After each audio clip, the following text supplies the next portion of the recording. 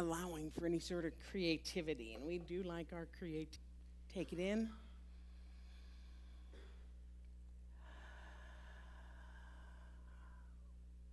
And again.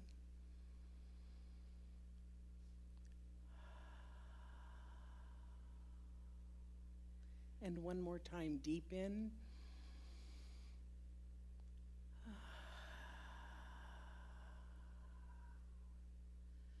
Another example of Indra's net, when we breathe together.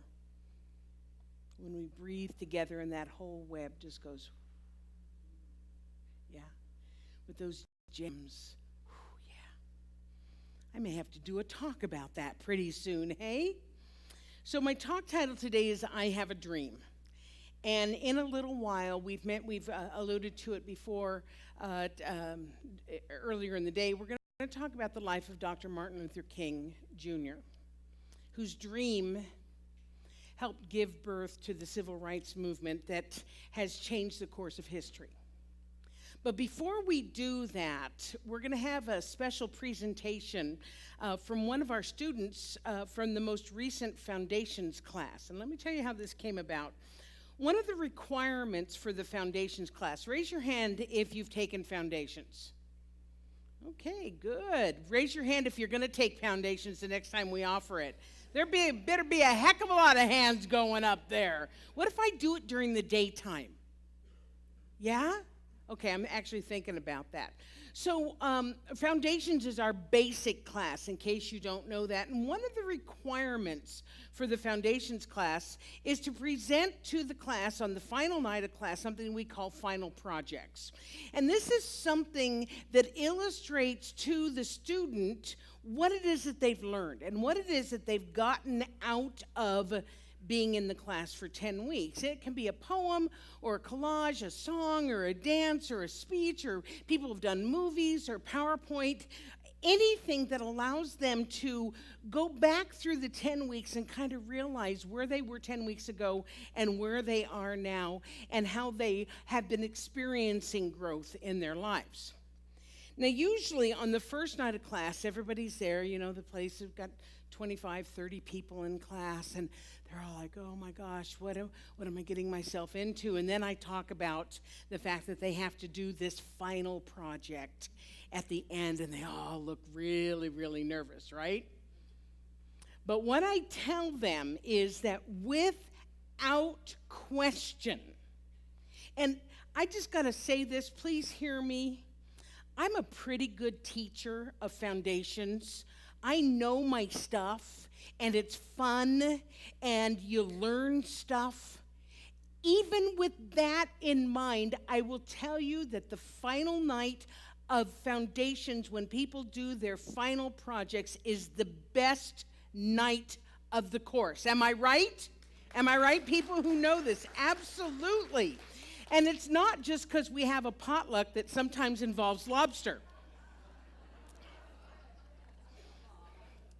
So the story behind this, I just have to tell you, is that I've been teaching this class for 20 plus years. And when I talk about the potluck, every time for 20 years, I say, and anybody who wants to bring lobster would be more than welcome to bring it for the potluck. One time somebody actually brought us lobster tails. You remember that, Lucille. Somebody else brought pasta with lobster. But this time somebody brought a Rice Krispie lobster.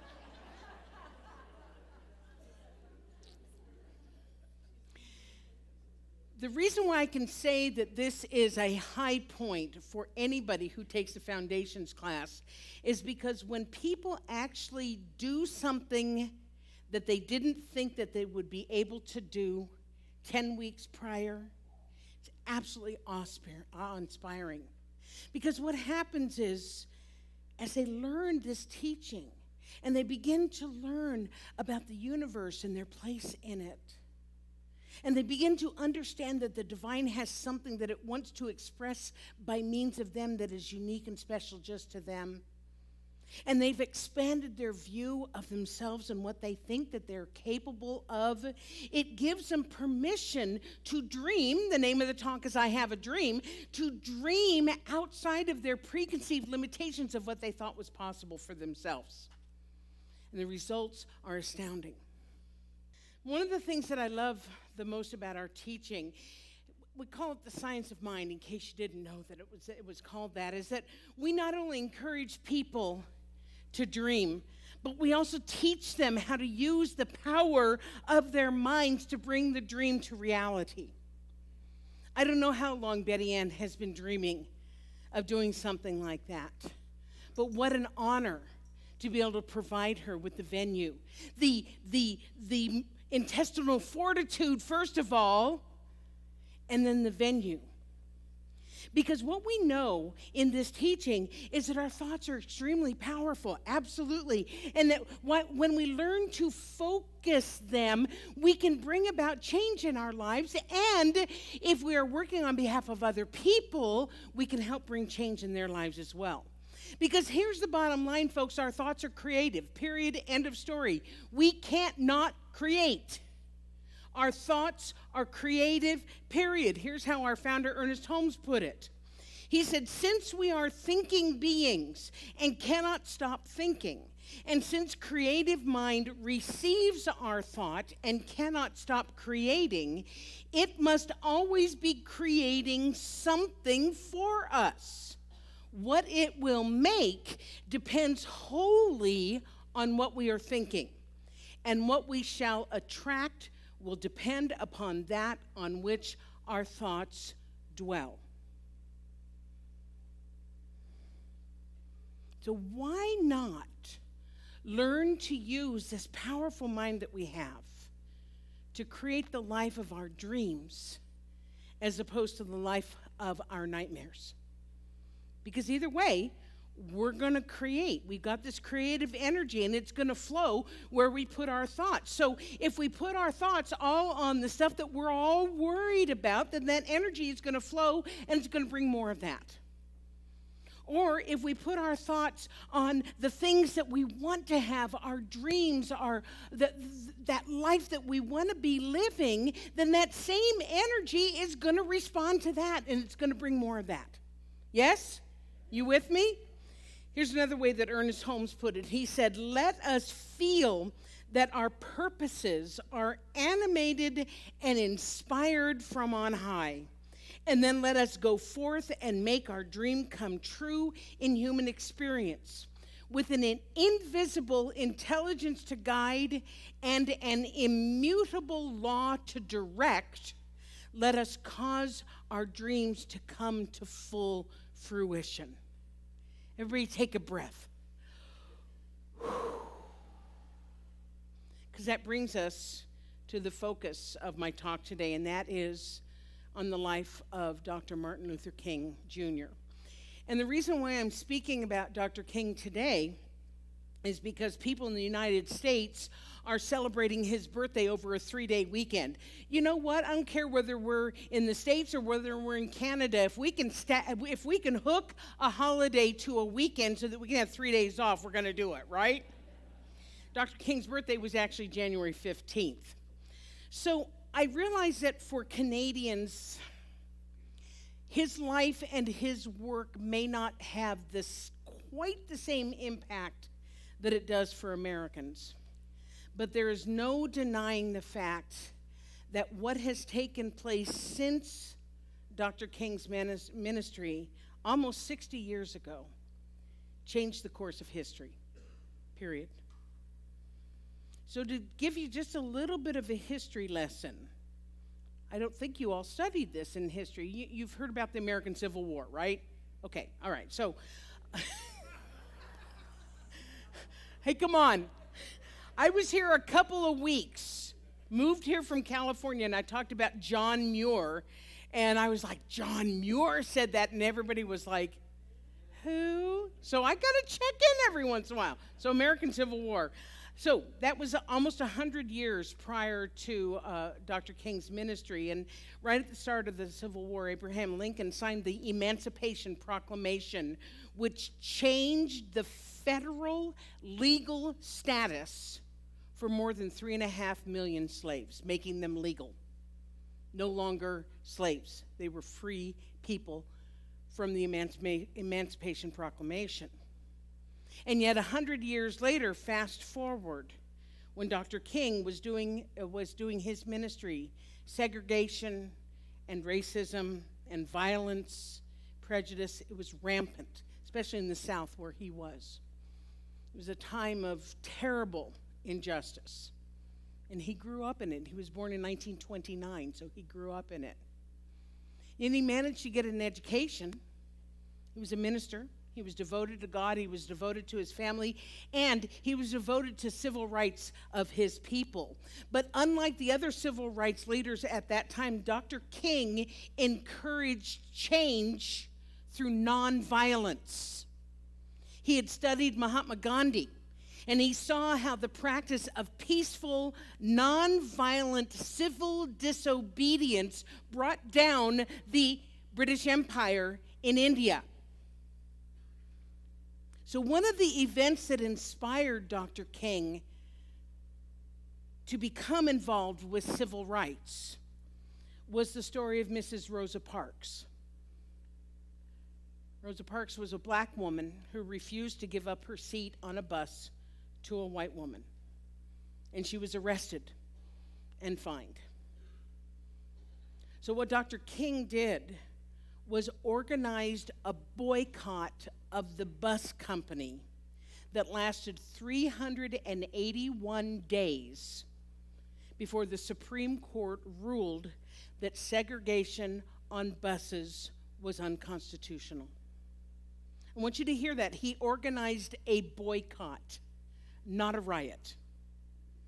He organized peaceful marches instead of fights.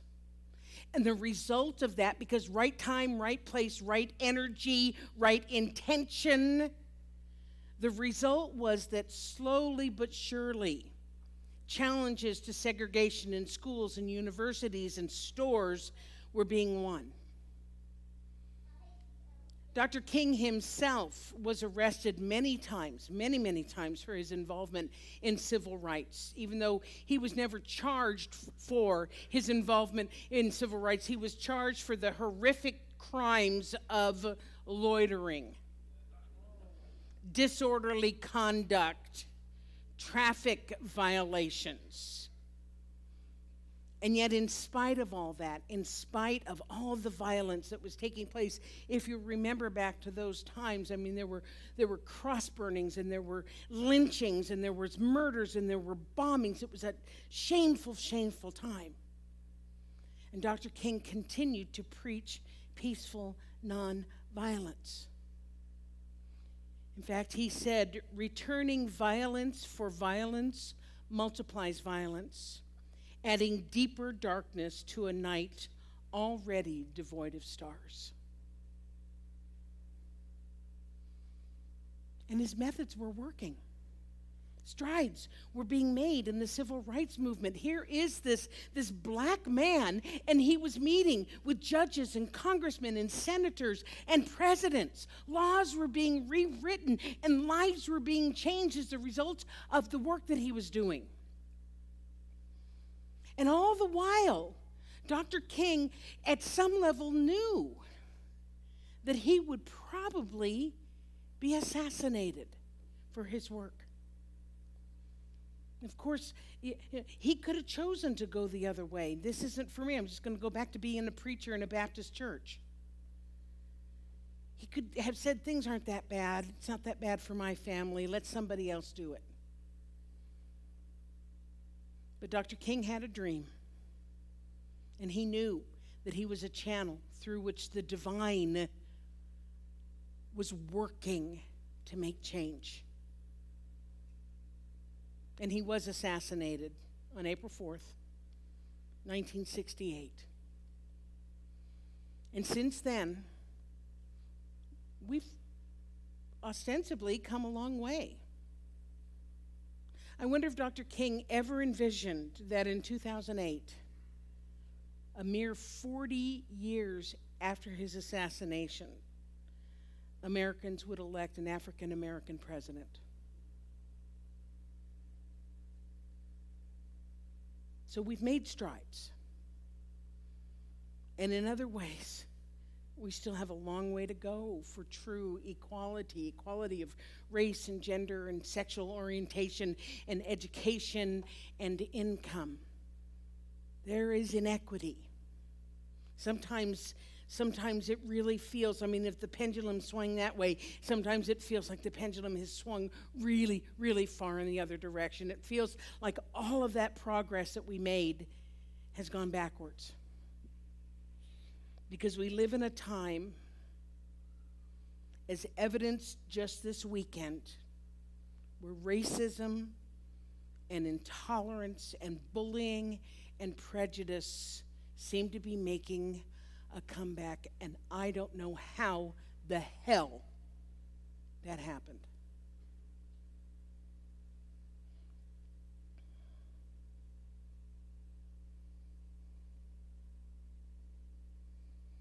And yet what I have to believe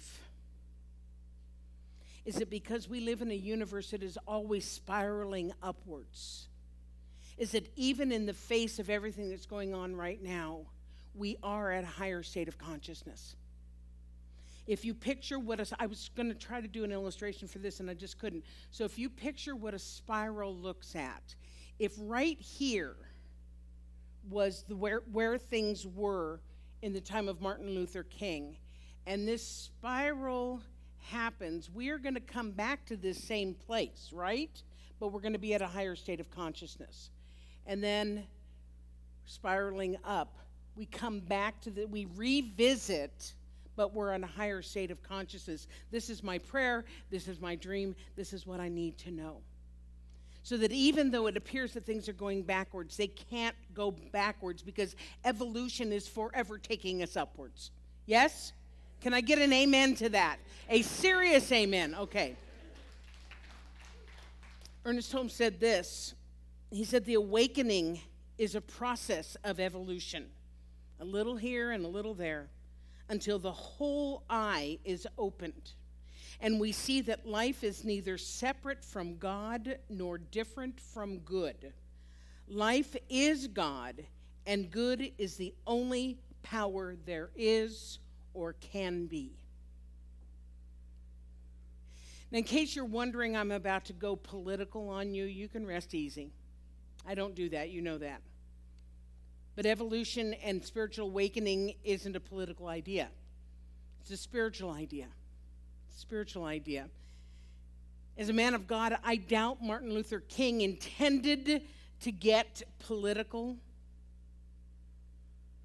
But what he realized was that he had to make a stand for peace, a stand for love, a stand for joy.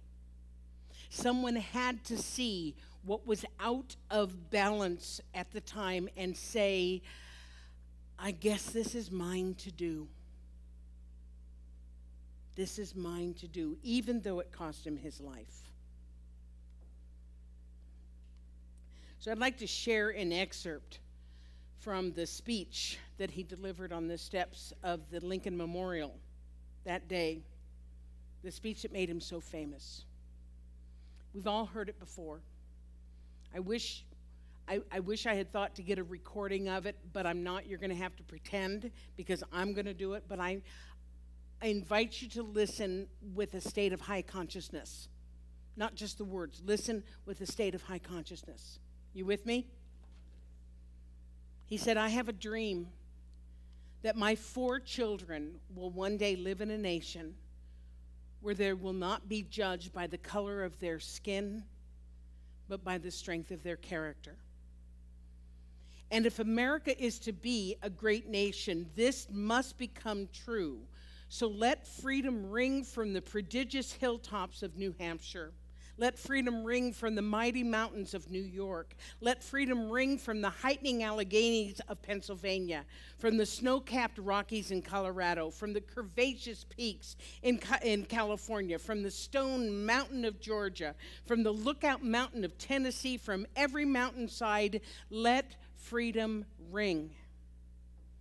When we let freedom ring, when we let it ring from every village and every hamlet, from every state and every city, we will be able to speed up the day when all of God's children, black men and white men, Jews and Gentiles, Protestants and Catholics, will be able to join hands and sing in the words of the old Negro spiritual, free at last, free at last.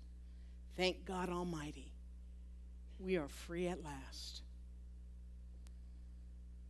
Now, who can doubt that when that man spoke those words, that he set in motion the universal law of cause and effect? Because it's the word, it's the thought, and it's the intention and the meaning underneath it that sets things in motion. And his intention was pure, his intention was powerful, and it was in alignment with a higher idea. And the same thing is true for us. Yesterday, I posted that I was going to be doing this talk on Facebook. You know, I dabble in Facebook a little bit. And one of our members, Janice Chalmers, responded to my Facebook post about Dr. King, and I asked her permission to share with it because I thought it was so beautifully worded. Oh, I was supposed to put that up. There he is. Janice wrote, "He visioned and he spoke it out loud and he changed the course of history. When we vision and speak it out loud, we change the course of our story and ultimately the course of history as well. Words of purpose, spoken and written, have power and promise." So whether you dream, I know.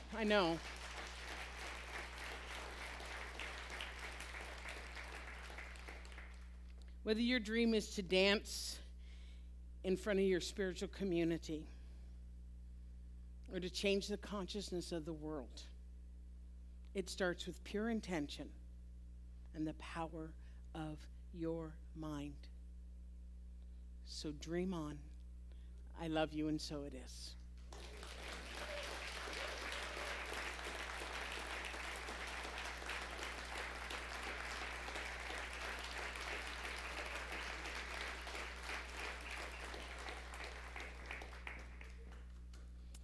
Give some love again to Betty Ann for her dance. And welcome our band again. And hold on to your hats, ladies and gentlemen. Hold on to your trousers. Your hat. Oh, sorry.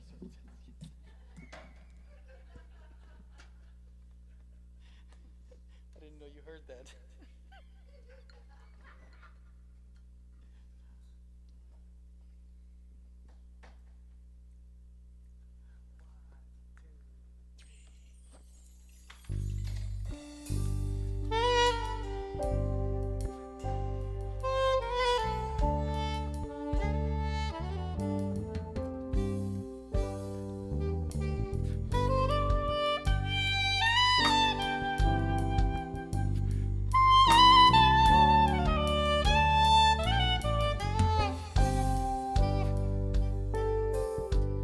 Someone's in need of a bread a day.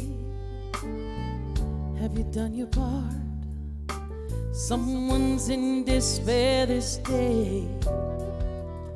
Did you pray from all your heart?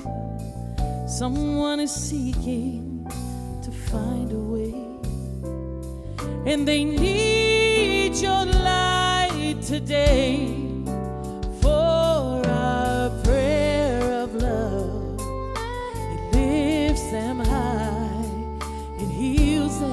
Sustains them and sets them free. Oh, it lifts them high. It heals them, sustains them, and sets them free.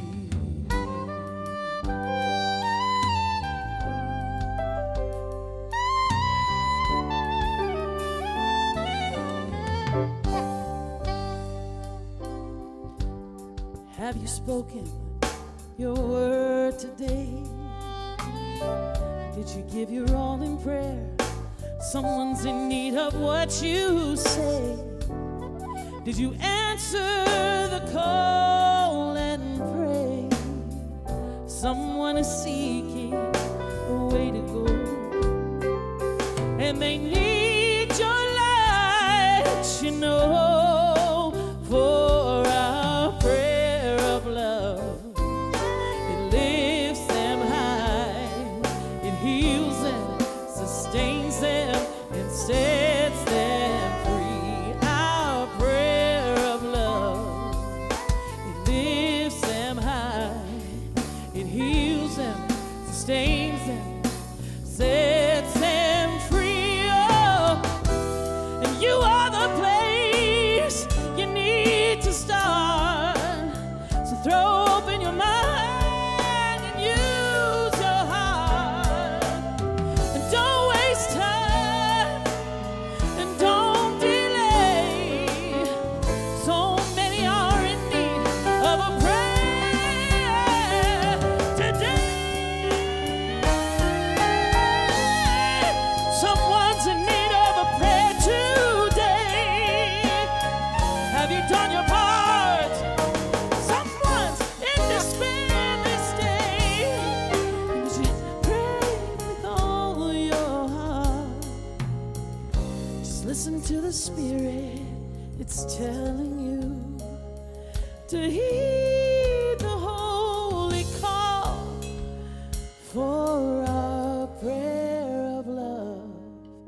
It lifts them high, it heals them, sustains them, sets them free. Our prayer of love, oh, it lifts them high, it heals them, sustains them, sets them free. Our prayer of love, it lifts them high, it heals them, sustains them, and sets them free. Our prayer of love, it lifts them high, it heals them, sustains them, and sets them free. Your prayer of love, it lifts me high, it heals me, sustains me, and sets me free. Our prayer of love, it heals me, sustains me, and sets them free.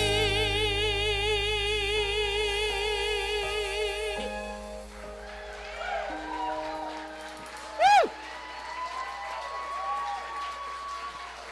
Amy Bishop, Oliver Miguel, Chance Devlin, Luis, Lisa. Woo! Dang! Did you guys have as much fun today as I did?